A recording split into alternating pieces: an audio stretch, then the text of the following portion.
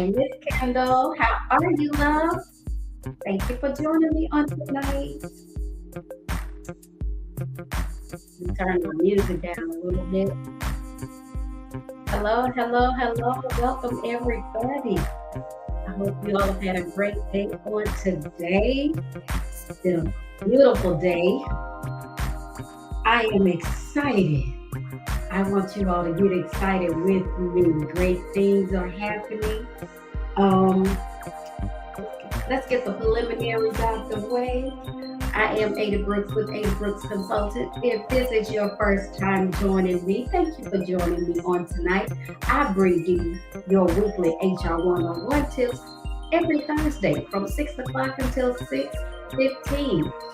I also want to say an early pre-birthday to my niece, Miss Latoya Mitchell. She will be celebrating on this weekend. I know the turn up is going to be so good, you guys. Also, I want to take this time to invite everybody out to be a part of the Arkansas Women's Expo out at the state fairgrounds this weekend, Saturday and Sunday. So come on out and join us. Color Street will be in the building. We are excited about that. Myself, along with Miss Melissa, will be manning our booth. So come on out and see us this Saturday and Sunday. So we're gonna go ahead and get this kicked off. Give you your tips, and I'm gonna move on out of the way. So the question is, are you using the right interview language? You said there's a language I'm supposed to be using, Miss Ada. Didn't you know? Well, tonight I have four different languages for you. Welcome, everybody. I hope you all have, they happen every time I get ready to do this. I have to have my big girl's eyes on now because I spend too many hours in front of my computer, so I can't really see no more. Oh my goodness. But that's okay. As long as I got these, I'm good. All right, so let's go ahead and get started. Tonight we're talking about four different types of interview languages that you should be using. If you're in on the book, come on in the room, say hello, hello, hello, so that I can greet you.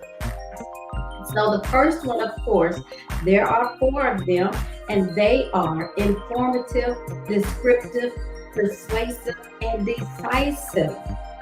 Those are your four. Somebody put that in the chat. Somebody put that in the chat in the comments. Informative, descriptive, persuasive, and decisive.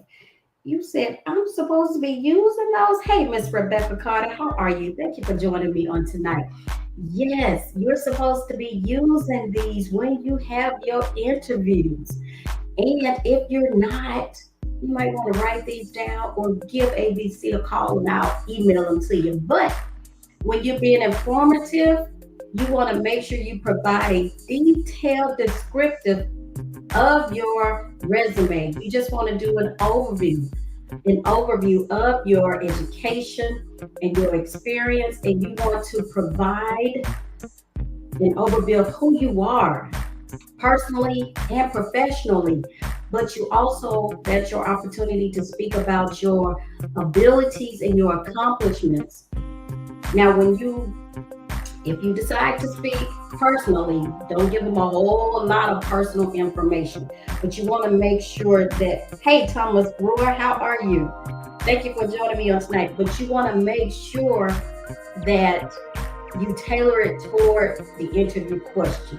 You don't just want that entire answer to be just personal, because sometimes too much personal information is not good. So we want to make sure that you tailor them really more so toward your professional. Remember, you're doing an overview of your resume, and that's your education, your experience, and that's your opportunity to speak about your abilities and your accomplishments. That's what you're going to do under the informative part. Hey, BJ Soul, how are you? Thank you for joining me on tonight. The next one, you want to be very descriptive. You want to make sure you have relevant experience. You want to make sure you talk about your skill sets. That's what a potential employer is looking for from a professional standpoint. They want to make sure you're capable of describing yourself in a professional manner, and then you're going to be a good fit for the company, for the team. So you want to make sure that you're very descriptive. You want to go over, make sure you have relevant experience pertaining to the position that they're interviewing you for. So that's on that one is kind of pretty simple, but people tend to forget. Hey, Miss Betty, how are you? You go off onto the personal side, but this is your opportunity to talk about everything on the professional side. You want to increase your relevant experience. We talk about your skill sets for the position that you have applied for. So that means you have to make sure that you have read over the job description and pick out the key points to talk about and say, yes, I have this experience. They may want you to have 5 years experience, anywhere from 3 to 5 years, and being a salesperson. Well, how were you able to increase the sales in the market that you're already in? Are you a business to business salesperson, or do you just sell one particular item as a salesperson? Believe it or not, there's a difference. So you may want to find that out first and see if you actually fit that job description. You also want to make sure, number 3, you're persuasive. And you say persuasive? Yeah, that's an opportunity to sell yourself. Who can sell you better than you? Nobody. But that's an opportunity not for you, not that you're being boastful, but that's an opportunity for you to brag on yourself. You get an opportunity to just say how you was able to meet your deadlines, how you was able to help the company increase their bottom line, how you was able to save the company money. That's your opportunity to persuade them on who you are and why you think, actually why you know you're a good fit for that company. So that's your opportunity to persuade him or her that, hey, I'm the perfect fit for this job. Why? Because you was able to increase the bottom line. You was able to save the company some money. You was able to do some things that someone else was not able to do. So you was able to persuade them to hire you for that position. Hey, Miss Marie Wilson, Miss Elegant Photography herself. Thank you for joining me, ma'am. And then the other one, number 4, is that you are decisive. Now, if you're just joining me, we're talking about the use of proper interviewing languages, because most people don't know that there's a actual interview language, and that is being informative, descriptive, persuasive, and decisive. And in this situation, on being decisive, they want to know, how are you willing to make a decision? And maybe you're a young person, and manager may ask you to make a decision about something. So say you have one of your friends to come in because you're working the register that night, or maybe you work at the grocery store, maybe you work fast food, and they come in and they're a little short. Now, your manager may ask you, are you going to ring them up and let them have the food and just your drawer come up short, or are you willing to say, hey, why don't you put something back so you don't lose your job? Because what you don't want to do is make sure that your character doesn't come into question. But are you able to make a decision, even if it's your friend, to say, put that back, so it can make sure you're able to get everything else that you need without causing you to lose their job and them possibly being banned from a store, depending on what store you're at. So we have being informative, being descriptive, being persuasive, and being decisive. Are you good at making decisions? These are very important interview languages that you should be using. If you are not using those, guess what?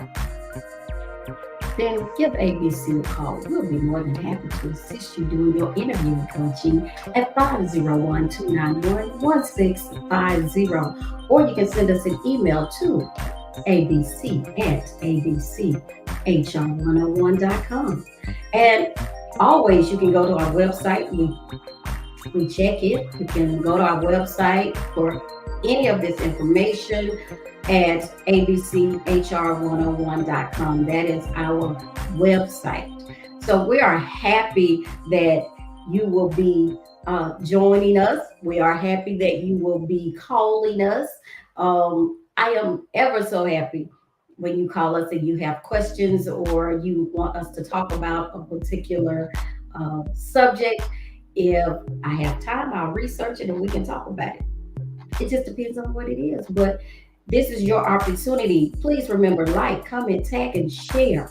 But these are the four interview languages that you should be using, because what I don't want you to do is talk yourself out of the position. Hey, Bruce, over on the gram, how are you?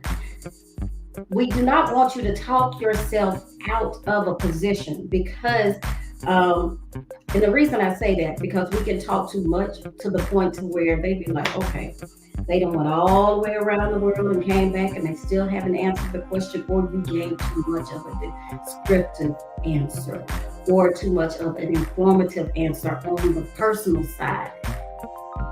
I need you to keep it on the professional side if you decide to give an informative answer.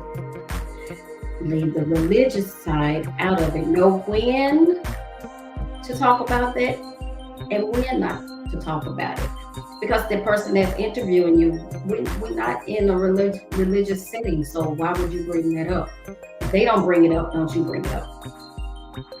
Hey, Miss Ava, how are you, honey? Know when to cut it off, know when to cut it off. If they're not talking slang, don't you talk slang.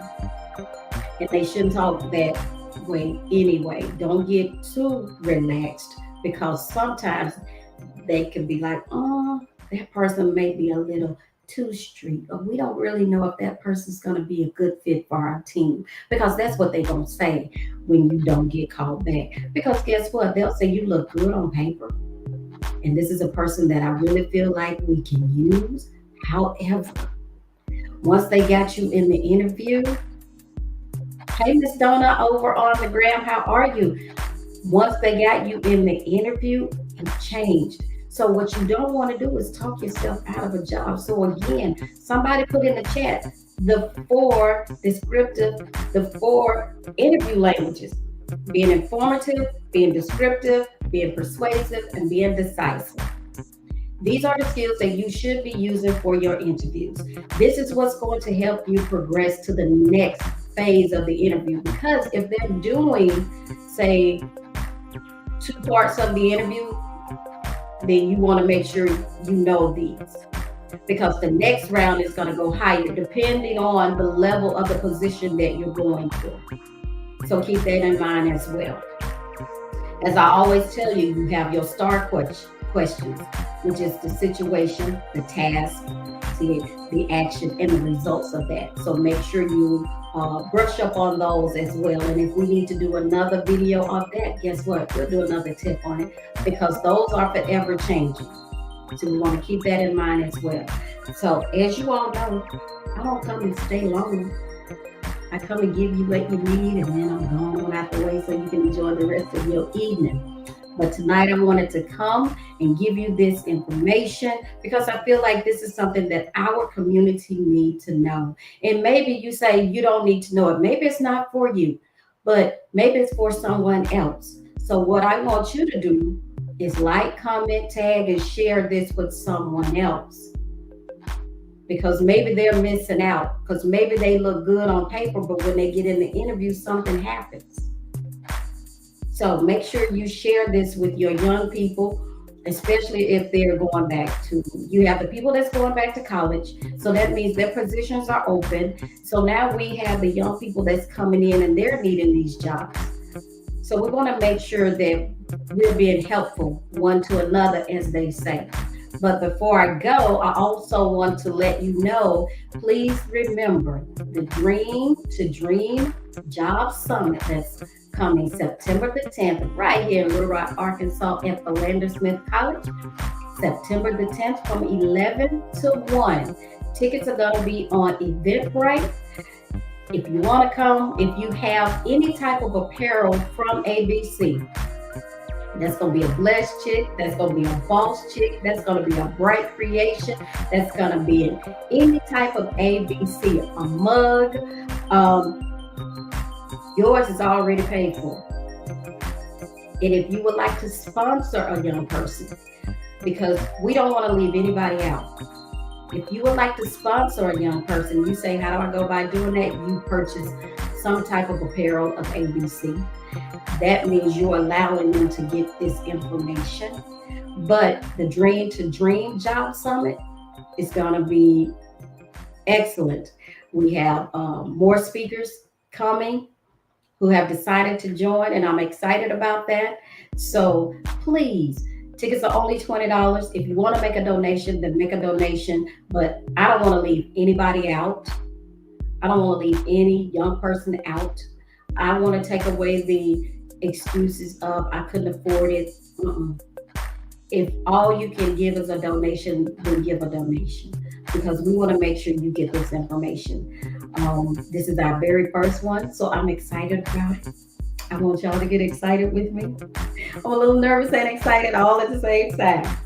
But it's called the Dream to Dream Job Summit. We have an excellent panel of people, and the flyer should be coming out here shortly. But get your ticket. Come on and join us on that Saturday from 11 until 1. The doors are open, seating is limited, and once we are filled to capacity, because we do know our COVID numbers are going up, we will cut it off, but I don't want anybody to miss it. Again, I thank you all for joining me on tonight. Come on back and join me next Thursday at 6 o'clock. We may start having the panel to come in so we can start talking about this Dream to Dream Job Summit. I am your host, Ada Brooks with Ada Brooks Consultant. If you need any additional information, please remember you can give us a call at 501-291-1650 or send us an email to abc@abchr101.com. Until next week, I am Ada Brooks with Ada Brooks Consultant. Have a great evening. Bye.